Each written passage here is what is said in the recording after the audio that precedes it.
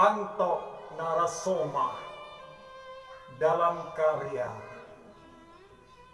Burung-burung di dalam 5 sila.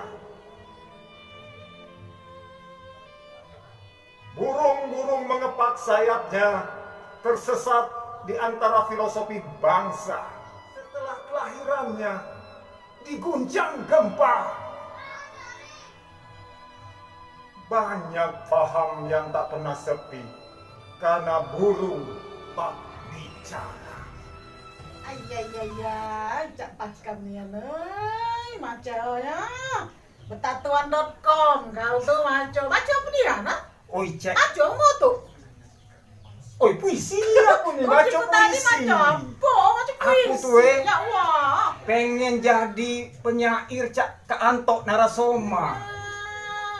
Penyair. Iya, bagus ya cek, bagus ya cek, lumayan ya. Bagus, sangat bagus. Cuma lebih bagus kalau kau udah maco. Ya wah cek, apresiasi Betul, dong, aku apresiasi. dengerin. Apresiasi, ya sudah jadilah. Cak mana jadi cek, kalau kita nak belajar puisi itu dengan siapa yang cocok gitu Oh, ya? dengan wong ngarang tua inilah. Oh. Jangan kau sebasengah ini yang ngarang ke Anto Narasoma. Oh. Kita ke rumahnya, kita ngap rumahnya. Rumahnya Jadi- tuh lewat sana, lewat gang singgonya.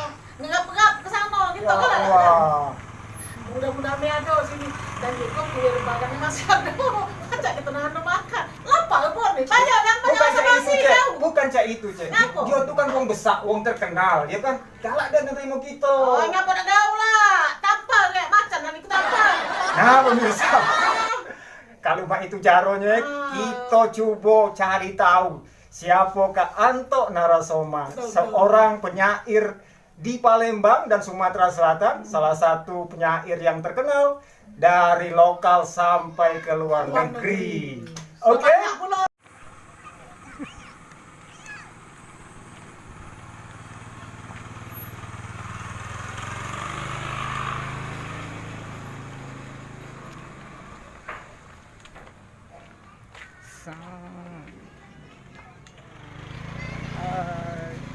Kita menuju ke rumah salah satu sastrawan Palembang, Anto Narasoma. Kita menuju rumahnya.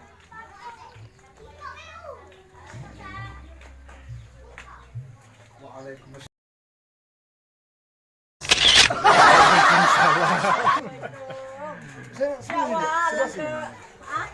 Alang ke rumahnya. Iya, pakemnya rumahnya. Pakemnya, rumahnya. Makan-makan ya. Ini nah, ini kita dulu kita nah. Iya, iya. Sip. Tak tahu ini kan naik gojek di Assalamualaikum. Naik.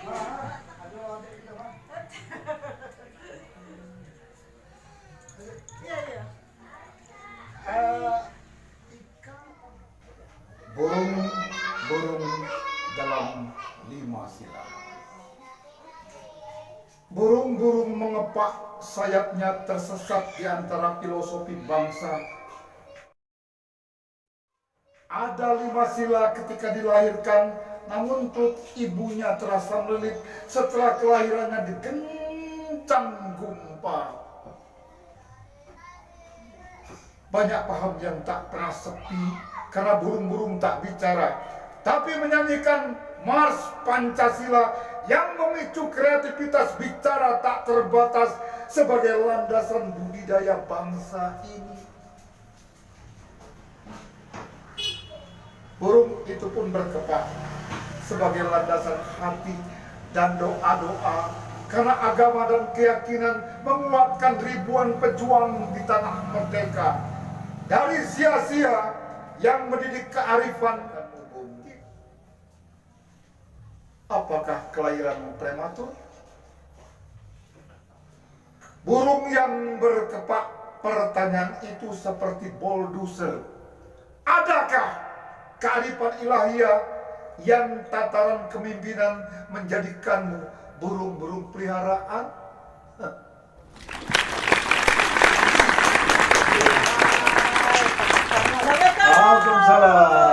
Waalaikumsalam.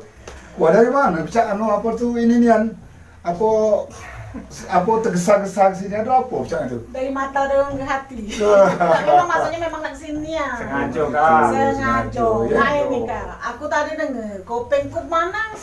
Apa? Ada Ada apa? musik kantor, ketatuan. Ini nah sebelah kita nih. Oh. Baju lah nak nyamoy.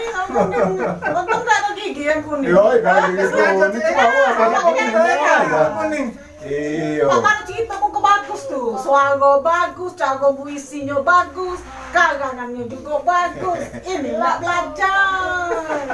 Sebenarnya Mas Mede, hidup ini ada usaha dan upaya. Jadi usaha kita dari nol mana kita pacak sampai memiliki nilai 10. Usaha kerja keras kemanapun, yang penting tidak usah malu-malu. Hidup tidak perlu malu-malu. So asal kita gak malu-malu jadi malu kuong.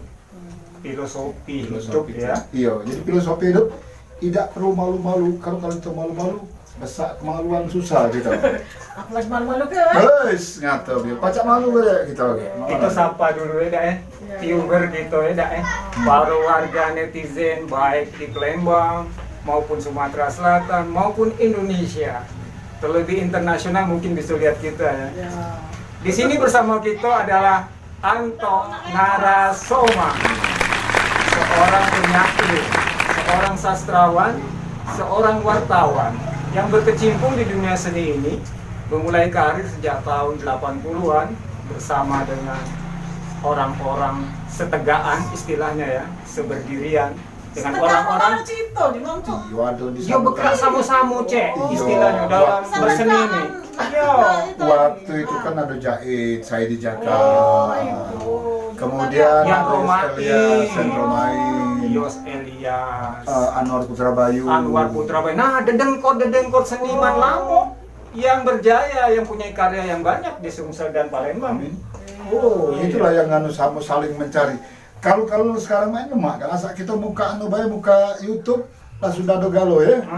Tapi kalau dulu kami mencarinya, nak ke Jakarta kami langsung ke Jakarta. Mencari semua Gitu, puisi. iya. Artinya orang yang berprestasi dahulu itu emang kapasitasnya emang terlihat ya Pak ya. Oh. Emang. Kami dulu bukan apa ya. Mm-mm. Nak kesana tak kati ini tak kati aku biaya. Ya dong, Waalaikumsalam. Nah, ada Cek Ika, masa Cek Ika? Oh iya ya cek. Masuk cek. Ya, wah, kau nih. Apa kabar? Alhamdulillah. Oh dia tuh. Hai, makasih lah. Kamu nih kok udah kaji-kaji. Penggemar ke Anto juga. Iya. Bagai kan, ya bang. Sejak tahun berapa cek kenal ke Anto? Sekitar tahun 80. Pasiennya Iya. Sama dulu jadi drama anak-anak sama ke Anto Iya, dulu Iya, kenal di teratai. Ada beliau ni anak punya foto-foto kakak jadi anu kaki saya. Nah, viewer, artinya ke Anto juga tidak hanya seorang penyair, tapi juga seorang pemain, aktor. Aktor pada zaman itu ya kita punya media yang namanya TVRI, mempunyai besutan episode-episode kelas cerita untuk anak dulu ya. Tahun 93 kan jadi jadi pemain teater terbaik, pemain teater terbaik. 93 94.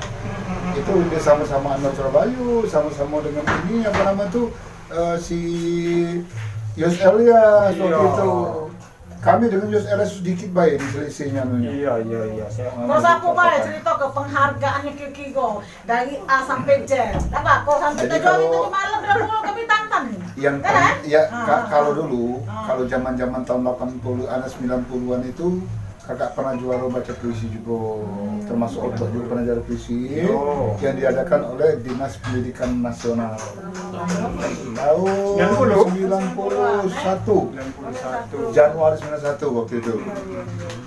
Nah, kemudian tahun 93-94 itu Anwar tuh mendapat penghargaan sebagai pemain terbaik gitu di pentas teater itu. Oh, pentas teater. Iya. Kemudian apa nama itu terus ketika setelah kami pentas-pentas sepi, aku terus mendalami tentang sastra. Jadi berjenjang ya, teater, seniman, musik pernah musik udah penghargaan Jadi semua masuk musik. galau Main harmonika, main gitar, main Yo kalau, wah, Mantap tuh. juga serba bisa. Mantap Ya, karena kan, seni boleh itu lah, kan alhamdulillah. satu darah ya, Kak, Ya, ya. satu kesatuan. Kita panggil kakak ya. Ya. Kadang baru panggil adek. Memang ya pulau ada. Tapi dah, Ganto ini termasuk awet muda. Yo. Senior tapi muda terus sih namanya. Umur Karena tua, apa jiwa dia? muda. Iya lah. Beda berapa tahun sih sama kita? Boleh lah. Ya, jangan kok besok kan ngomong pulau. Tapi boleh kok gitu. Tapi tenang kok bisa. Masih tua lawan Kalau kok. 10 tahunan, Iya, iya, iya. 10 tahunan. Cek dek berapa ya kita? Oh. Iya benar. Beda tipis lah. Balik-balik cerita, Kak. Balik-balik cerita. Iya, iya. Jadi kegiatan kakak selama ini ya dibarengi juga dengan sampai sekarang. Aku lihat juga kan dia masih eksis ya, Kak Anto ini masih dalam pencurian, nulis karya, banyak karya. Jadi kan kalau seperti itu artinya energinya itu masih nempel di usia dia yang sudah tidak muda lagi. Kita gali lebih dalam. Ya Kak, cak mana ceritanya? Jadi ketika kita ingin menjadi sesuatu yang terbaik, maka apa yang harus dilakukan itu kita lakukan. Misalnya kalau kita kepingin menjadi seorang penyair, maka yang paling utama adalah bagaimana kita merangkai kalimat itu dengan baik. Kalimat Tidak dengan cuma baik. kalimat yang indah-indah, tetapi isi kalimat itu harus bagus dan terangkai dengan indah, sehingga nilainya itu tidak cuma sekedar indah, tapi ada nilai yang paling dalam di dalam makna itu ya. Dan Dari juga hati, yang jelas dari hati ya. dan juga tidak meninggalkan ciri khas itu Terus sendiri. kita, nah jadi paling tidak kalau misalnya Usop, misalnya Nova sama Ika baca tulisan kakak, kemudian baca tulisan lain beda, tidak Beda. sama. Narasinya ya. Narasi, aku penyajian Penyajian, ya. Ikanya kan berbeda. Begitupun dengan Mas Bayu atau Pak Anwar Bayu. Nah, Anwar Bayu juga besar, dia bilang apa Wong juga dihargai oleh Rusia. Oh, iya. Sementara iya, kita iya. dihargai juga oleh oleh China, China, Thailand ya. Kemarin penghargaan. Tahun 2017 ya Kak ya. 2000 kalau Cina tahun 2007. Oh iya, 2009. Tapi kalau Thailand 2009. 2009. Artinya masih baru juga kan? Ya, tapi alhamdulillah artinya begini. Semakin ada penghargaan, ternyata aku tidak ada apa-apa nih. Artinya masih ada sela-sela lain yang bisa memberikan penghargaan terhadap nilai sastra yang kita geluti itu. Cepat puas. Artinya itu artinya saya nggak ngomong bahwa kita ini Islam ya. Jadi kalau kita Islam itu kan kita berpikir tentang bagaimana harus terus belajar, misalnya Iqra bismi rabbikal ladzi khalaq. Ya, jadi bacalah. Artinya bacalah itu belajar dan berkarya. Jadi belajar 3 kali, berkarya sekali, belajar sekali, berkarya sekali. Itu yang terbaik nilainya itu. Dalam berkarya itu Kak, jadi kan itu kan tidak mudah kan kalau kita lihat sekarang misalnya orang berekspresi itu mudah, apalagi sekarang di media sosial, ya kan? Nah, kakak menghadapi itu ataukah selama ini apakah ada tantangan dari misalnya dari orang-orang, oh jangan bawakan puisi itu, oh atau ini terlalu keras atau seperti apa? Ada cerita seperti itu? Tidak. ada. Mereka kalau memberikan kepercayaan kepada kita, apa yang kita tuh itulah kita. Oh ya. Karena kita tidak pernah dalam puisi itu tidak pernah mencaci, menjustifikasi yang buruk pada orang, tetapi ada kritik, orang senang gitu melihat tulisan kita gitu. Iya. Tidak menyinggung suatu apa, tapi itu pengungkapan dari apa yang kita rasa seperti Itulah itu. ininya penilai itu. Hmm. Jadi paling tidak gini, kalau seorang penyair itu akan selalu bergelut dengan kata-kata.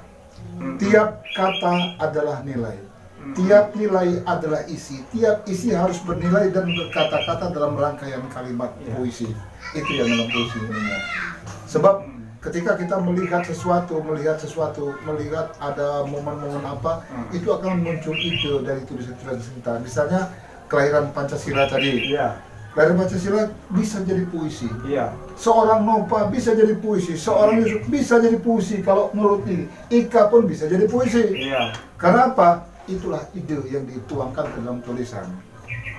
Dengan juga menilai momen-momennya ya, seperti ini kan Pancasila sedang disorot ya, Iya. digoyang-goyang Karena istilahnya. itu kan tadi ada gempa ya. Ya, Di latar kayak gempa. Ah, Gempa betul, itu betul. sebetulnya filosofinya itu orang itu selalu membicarakan tentang Pancasila Pancasila. seolah Iya. ketika disuruh ini menghafal 5 Iya. sila itu tidak apa anak-anak kita.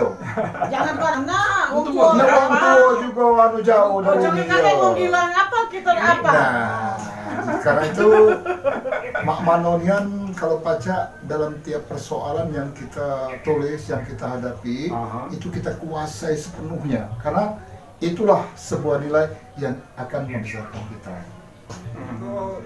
Mungkin viewer kita ini kan bagian dari orang pecinta seni, pecinta puisi juga ya. Iya.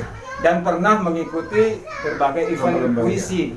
Nah, mungkin ada yang ingin diketahui bahwa apa saja sih kriteria sehingga misalnya karya kita atau pembacaan puisi kita itu bernilai di mata juri. Seperti apa Kanto? Seperti itu. Jadi ini ada sajak seorang nelayan. Sajak seorang nelayan ini tentu berbicara tentang bagaimana latar belakangnya mencari ikan. Kemudian bagaimana latar belakang mereka bergelut dengan ombak dan laut biru.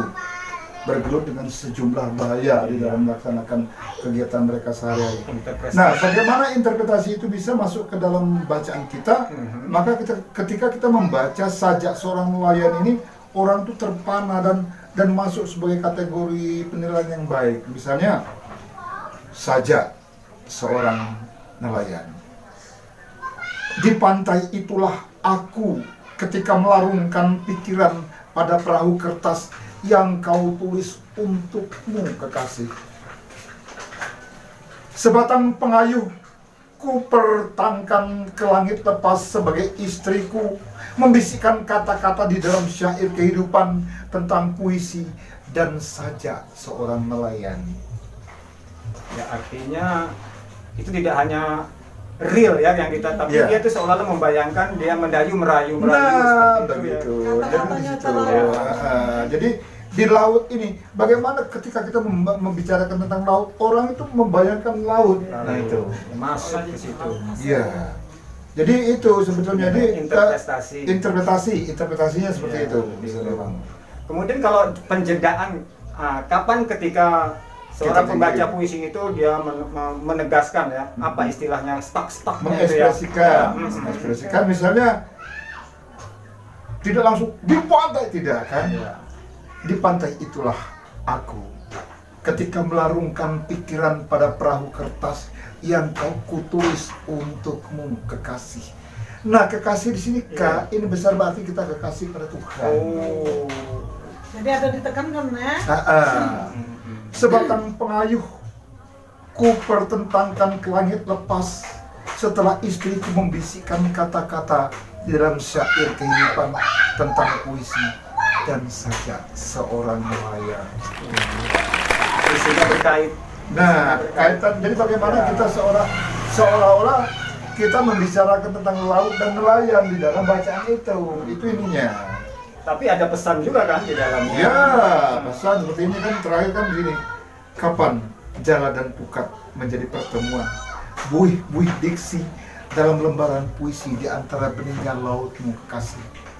Dan Lautmu kekasih. dan Ibu Susi pun marah. Iya, ada Ibu Susi marah ketika punya laut itu dikotori kemudian Bukan Ibu Susi B, kita Banyak sebagai warga sekali. juga Iya, ini betul. dalam Ketika beliau pencemaran, jadi- kotor. Iya, ketika Oke viewer, kembali bersama kita Ceopa, Cika dan Cecok. legendaris Anto Narasoma. Uji ke tadi cekcok. Anto itu di dalam ya, bahwa seorang seniman, sastrawan bisa dibilang ya, yang sudah diakui di Palembang, Sumatera Selatan maupun di Indonesia. Kalau bicara penyair Palembang, ada Anto Narasoma, Anwar Putra Bayu, dan lain-lain. Yang romain juga. Yang Romain, yang Leksi gitu. iya itu kan tadi kawan setegaan tadi, kawan setegaan tadi yang tidak bisa kita Ketua Leksi. lupakan satu persatu, banyak nama ya. Nah, sekarang terjemahnya. Nah, Anto kan sukses di bidang puisi, teater, musik segala macam. Nah, sekarang aku nak nguwek nih. Nak apa? nguwek. Isi pokoknya. Isi pokoknya. Oh, ya Macam betul. mana kehidupan keluarga Kanto apa ke mendukung, kan ini kan dikelilingi cantik, salah satu contoh adalah iya. cantik, tapi aku wow. Nah sekarang macam mana Kanto itu menyikapi keluarga, apakah keluarga mendukung atau macam mana? Jadi seperti ini, keluarga sudah tahu bahwa kita seniman, keluarga sudah tahu bahwa kita sastrawan, keluarga sudah tahu bahwa kita tadi wartawan sudah dikatakan bahwa kita tuh penyair. Ketika kita menulis,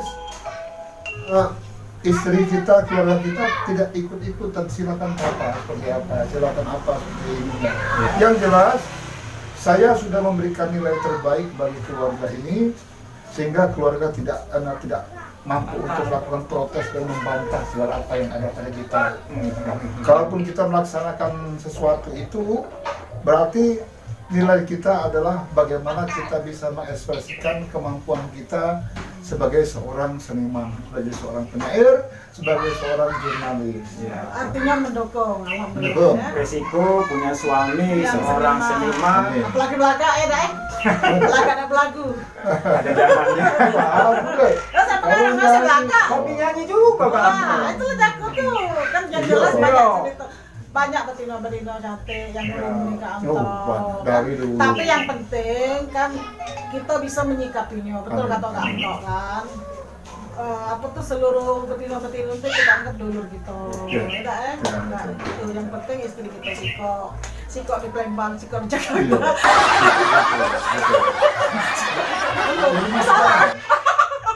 Masih paham? Benda tulis menulis masih dilakukan ya? Tentu Masih. masih. Nah, barangkali ingin bertanya, jenis tulisan apa yang ditulis ya? Ya, benar. Itu loh saya tanya ke. Tapi setahu aku kayak Anto tuh suka nulis satir juga ya, maksudnya. Oh iya, esai. Jadi paling tidak begini, ketika kita menulis tentang sastra itu ada cerita pendek, cerpen, Ya. ada novel, ada puisi, ada esai. Nah semuanya aku tulis. Jadi saya aku tulis. Kemudian kalau orang berbicara masalah satir tadi, Iya. itu aku tulis. Aku tulis. Sehingga ketika orang membaca itu, Ya. orang tersinggung tapi tidak marah. Kenapa? Ada nilai yang indah di sana gitu. Kenapa? Nilai estetikanya ada di sana gitu. Memang satu sisi kita misalnya mencaci maki ya. Nah, tetapi cacian itu membuat mereka tuh rindu untuk dicaci lagi gitu. Ya. Karena Setidaknya kita mengkritik orang tapi Memperbaiki. memberikan solusi Ya. kepada orang yang kita kritik. Masukan gitu ya. dari Masukan. itu. Daripada dibiarkan orang tanpa opini Amin. seperti itu. Iya, pasti. Dibiarkan orang mau seperti itu mau lanjutlah istilahnya Iya. ya kan. Jadi- Jadi yang penting ya. Jadi kalau Kritik ya. kakak punya prinsip bahwa di dalam kehidupan hanya satu kali setelah itu mati, apa yang kita perbuat untuk kebaikan, terutama untuk saya dan orang lain. Itu. Sebab kalau sholat, Allah tidak akan tersenyum melihat kita sholat. Walaupun kita zikir sampai bibir kita kapal dan berbunyi dan kapalan, dia tidak akan tersenyum. Tetapi ketika kita memberikan aplaus yang baik kepada orang, memberikan bantuan kepada orang, berbagi ilmu kepada orang, Allah tersenyum melihat itu. Karena apa? Kepentingan itu bukan untuk Anto sendiri, tapi untuk banyak orang, Banyak orang. dan orang banyak. Ilmu yang berkah. Amin. Seperti Gitu. itu viewer. Jadi balik-balik tetap Jangan memanjakan kesombongan yang ada dalam diri kita. Jangan merasa kita lebih hebat dari orang lain. Sebab ada kelebihan tentu ada, tetapi banyak sekali kelemahan sebagai manusia biasa. Karena itu kalau saya sebagai seorang yang banyak kekurangan, itulah nilai saya sebagai manusia biasa. Lagi ini lagi. Kita tahu kita mbak diri. Nah pemirsa cukup kenyang juga ya, walaupun sedikit tapi bermanfaat, padat ya, apapun yang disampaikan Kak Anto ya. Tidak hanya dia berkarya lewat literasi dengan penyairnya, Dia tapi juga di situ ada menyelipkan nilai-nilai kemanusiaan, nilai-nilai kehidupan untuk kita semua. Dan beberapa